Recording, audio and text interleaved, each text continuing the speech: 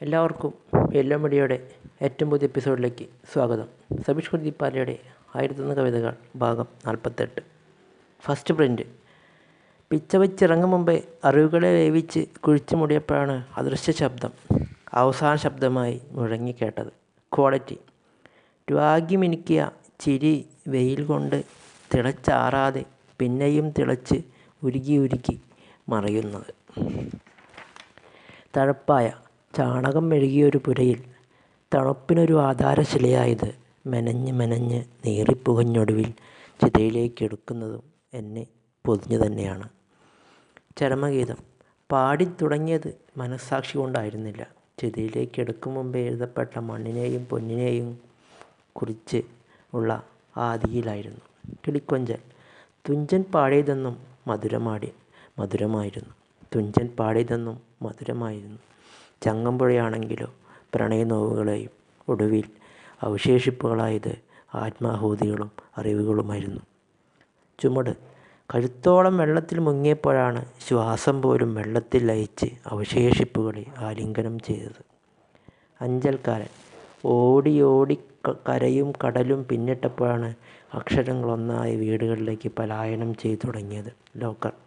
തുറന്നു കാണിച്ചപ്പോൾ ഒന്നുമില്ലായിരുന്നു. ഭദ്രമാക്കിയത് ഉള്ളറകളിലായതിനാൽ പുറംപൂച്ചുകളൊന്നും വെള്ളി വെളിച്ചം കണ്ടതുമില്ല. Slide show. വേർതിരിച്ചതുകൊണ്ടാണ് കനത്ത് ലഘുവായി പല തട്ടുകളായി ലയിച്ചത്. ശ്രേഷ്ഠരായവർ ശൂന്യരായിത്തീർന്നത് അപ്പോഴാണ്.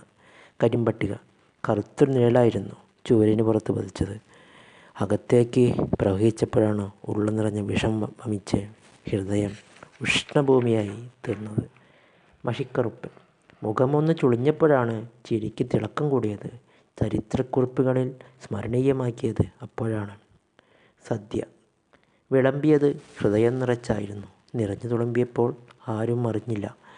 വിശപ്പിൻ്റെ വിളി ജീവിതത്തിൻ്റെ വഴിയായിരുന്നുവെന്ന് പിന്നെയാണ് തിരിച്ചറിഞ്ഞത്. പെൺമീശ. നേർത്ത് കിളിർത്തപ്പോഴാണ് കവിളിണയെ സുന്ദരമാക്കിയത്. ചിരിയിൽ ഒരു അമ്പരപ്പായതല്ലാതെ വികാരനിർഭരതയിൽ ആൺകോയ്മയെ ഉൾക്കൊള്ളാൻ കഴിഞ്ഞില്ല. പിന്നെ ആൺകോയ്മയ്ക്ക് കോട്ടം തട്ടിയപ്പോഴാണ് പെൺമീശ വളർന്നു തുടങ്ങിയത്. പെൺതാടി. വിസ്മൃതികളായിരുന്നു തുറിച്ച നോട്ടങ്ങളിലെന്നും മൗനം കൊണ്ട് തീർത്ത ദീക്ഷകളായിരുന്നു എഴിഞ്ഞടങ്ങിയപ്പോൾ ചാരമായി തീരാതിരുന്നത്. പങ്കായം. തുഴഞ്ഞെത്തിയത് നേർത്ത ഹൃത്തടം കൊണ്ട് വികാരം നിറഞ്ഞ ഉടലിൽ നിറച്ചപ്പോഴാണ് വാക്കുകൾ ബീഭത്സമായ മൗനങ്ങളെ ചിതലരിച്ചത്. സഞ്ചയം. പരിശോധനകൾക്കിടയിലാണ് ബലക്ഷയം കണ്ടെത്തിയത്. ഈറനുടുത്ത വാക്കുകൾ ഉടുത്തൊരുങ്ങി പൂമുഖത്ത് എത്തിയപ്പോഴാണ് കലഹങ്ങൾ ഉണർന്നത്. ചെന്നായ. ചോരയുടെ നിറം ചുവപ്പെന്ന് തിരിച്ചറിയാഞ്ഞിട്ടല്ല, വിശപ്പിൻ്റെ പിടി മൗനം മുറിച്ചപ്പോഴാണ് ബലാത്കാരം ചെയ്യപ്പെട്ടത്. മാറാല.